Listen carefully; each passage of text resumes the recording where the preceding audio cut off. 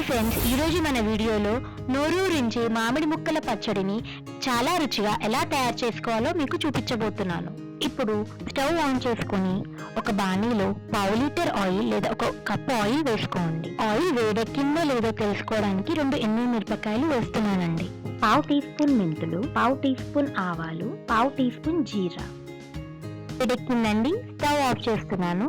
60 గ్రాముల వెల్లుల్లి, 20 గ్రాముల అల్లం మిశ్రమం వేసుకోవాలండి. నూనె చిటపటలాడేటప్పుడే ఈ మిశ్రమం వేయాలండి, లేదంటే నూనె చేదెక్కుతుందండి. నూనె వేడిగా ఉన్నప్పుడే ఇది వేసినట్లయితే ఇందులో ఉన్న తేమ శాతం మొత్తం ఆవిరైపోతుందండి. పచ్చడి కోసం ఎప్పుడైనా సరే వేరుశనగ నూనెతో గాని లేదా నువ్వుల నూనెతో గాని పచ్చడి తయారు చేస్తే పచ్చడి రుచి చాలా చక్కగా కుదురుతుందండి. ఇప్పుడు దీన్ని పక్కకి పెట్టుకొని చల్లారాక మసాలా వేసుకుందామండి. 1 టేబుల్ స్పూన్ ఆవ పొడి, 2 టేబుల్ స్పూన్ల జీలకర్ర, 1 టేబుల్ స్పూన్ మెంతి పొడి, 100 గ్రాముల ఉప్పు, 60 గ్రాముల కారపొడి వేస్తున్నానండి. మేము కారం తక్కువగా తింటామండి, అందుకే తక్కువగా వేస్తున్నాను.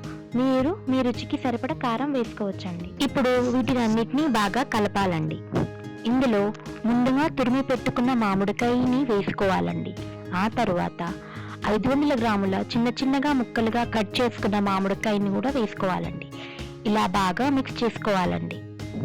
అల్లం వెల్లుల్లి మిశ్రమం కొంచెం బరకగా వేసుకున్నట్లయితే పచ్చడి చాలా రుచిగా ఉంటుంది. ఉప్పు సరిపడా లేదనుకోండి, మీరు టేస్ట్ చేసి మరలా యాడ్ చేసుకోవచ్చండి. చూడండి ఇంచక్క మామిడికాయ ముక్కలు మసాలాలు మిక్స్ అయ్యాయో. ఇప్పుడు దీన్ని ఒక కాటన్ గుడ్డతో కవర్ చేసుకొని పక్కకి పెట్టాలండి. ఇలా చేయడం వల్ల ఇందులో ఉన్న తేమ శాతం మొత్తం ఆవిరైపోతుందండి.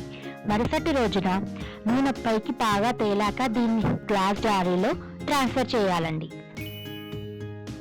మరుసటి రోజు ఇప్పుడు పచ్చడి తయారయ్యిందండి. దీన్ని మనం ఒక గ్లాస్ జార్ లో ట్రాన్స్ఫర్ చేసుకుందామండి. ఈ పచ్చడిని ఎక్కువ క్వాంటిటీలో చేయకండి, ఎందుకంటే చిన్న మామిడికాయ ముక్కలతో చేసాం కనుక ఇది ఎక్కువ రోజులు నిల్వ ఉండదండి. అదే మీరు పెద్ద మామిడికాయతో పచ్చడి చేసినట్లయితే సంవత్సరం పాటు జాడీలో నిల్వ ఉంటుందండి. ఈ పచ్చడిని మీరు తయారు చేసి రుచి చూసి కామెంట్ రూపంలో మాకు తెలియచేయండి. షాలూస్ హైదరాబాదీ పక్వాన్ని సబ్స్క్రైబ్ చేయండి. Thank you.